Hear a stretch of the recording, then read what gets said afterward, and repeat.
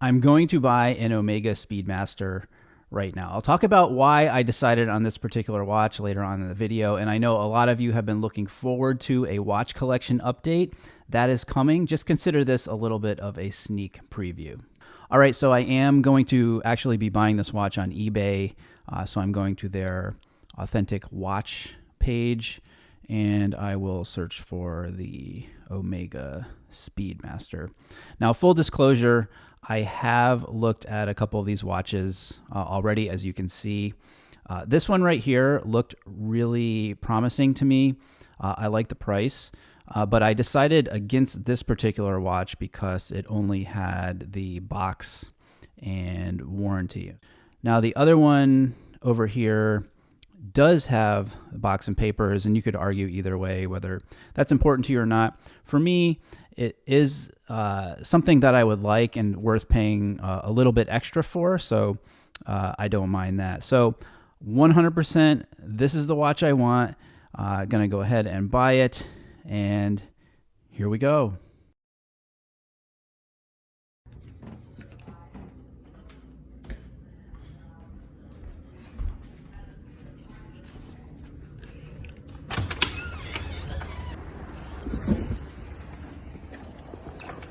Coco.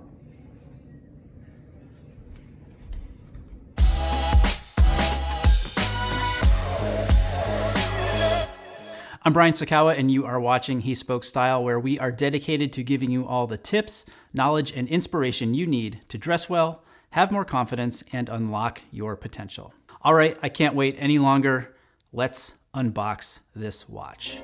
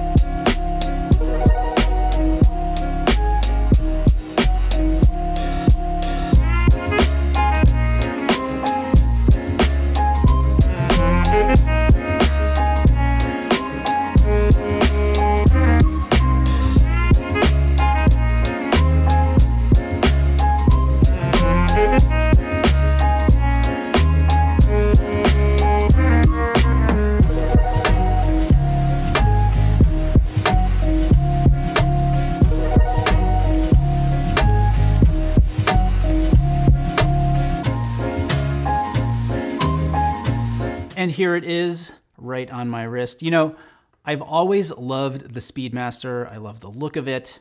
I love the history of the watch. And many of you asked after my first watch collection video why I didn't have one in my collection already. And that's a fair question because it is such a classic watch and it really does fit my style. So there are actually two big reasons why I never thought that I would be a Speedmaster owner myself. And the first of those is practical, and it has to do with the case size. I have a wrist that is on the smaller side. It's 6.5 inches, and Speedmasters are generally 42 millimeters, which for me is just a little too big for my wrist. I feel most comfortable with a watch that is 40 millimeters or less, which this Speedmaster, the first Omega in space, is. It's actually a 39.7 millimeter case, so just under 40 millimeters, and as a result, it sits really well on my wrist, as you can see. Now, we'll get into the historical component of this watch, but as a quick sidebar, it is based on the famous CK2998, and there is another Speedmaster limited edition, also based on the CK2998, also 39.7 millimeters, Panda dial. There was one in the boutique in Las Vegas when I was out there. I tried it on, I loved it, and I wish that I had bought that one too. So the second reason I never thought I would own a Speedmaster is that I've always just been completely overwhelmed with the history of this watch. There are so many different versions. There's just so much to learn and know. It was just a rabbit hole that I really wasn't ready to go down. Of course, that's changed now, and because I do like to know as much as possible about every watch that I own and wear and love, I did get this awesome ridiculously comprehensive book, which I am slowly making my way through. So I finally decided to take that giant leap, sorry for the space pun, and add a Speedmaster to my collection because it totally fits my style. This version, the first Omega in space, fits my wrist, and it's a watch that has an amazing history.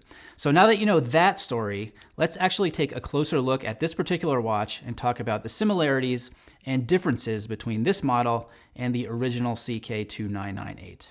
All right, so here it is, stainless steel case, which is, as mentioned, 39.7 millimeters, rimmed by a tachymeter scale, scratch-resistant sapphire crystal, varnished black dial, leaf-shaped hour and minute hands along with the central chronograph hand. At 3 o'clock, the chronograph 30-minute recorder, 6 o'clock, the chronograph 12-hour recorder, and then at 9 o'clock, we have a small seconds dial. One really nice detail on the dial is the applied Omega logo, which is a nod to earlier Speedmasters, which would have that as well. Chronograph pushers are at 2 and 4 o'clock. It comes on a brown leather strap. On the case back, you have the original execution of the Omega hippocampus, the words First Omega in Space, the date October 3rd, 1962, signifying when Walter Schirra wore the 2998 in space. And then the number of this particular watch, it's not a limited edition, it's a numbered edition. And finally inside, this watch is powered by the caliber 1861. So this watch is inspired by the famous CK2998, which was worn by astronaut Walter Schirra as he orbited the Earth during the Sigma 7 mission. There are a lot of similarities between the two watches, including the straight lugs, but there are a few differences that are worth pointing out. The first of those being the shape of the hand in the small seconds dial. In Schirra's original 2998, it was baton-shaped, which matched the chronograph registers, but in the first Omega in space, you can see that it is leaf-shaped. I kind of like that because I think it helps distinguish the small seconds register from the chronograph registers and aligns it more with the hour and minute hands, which are also leaf-shaped. The second difference is one you can't actually see, it's internal. The CK2998 was powered by the caliber 321, whereas the first Omega in space, the more recent 1861. And then finally, the case back, obviously very different. I really like what my friend Arthur Touchot said about this watch compared to the 2998, and that was that since the odds of going to space are actually better than finding an affordable and original reference 2998, the first Omega in space is a great alternative. It's an affordable, manually wound chronograph with an amazing history. It fits really well into my collection, and I know a lot of you are looking forward to an updated watch collection video. That is coming soon, I guarantee it. In the meantime, I encourage you to rewatch my first collection video and place some bets on what watches are gone and what watches are new to the collection.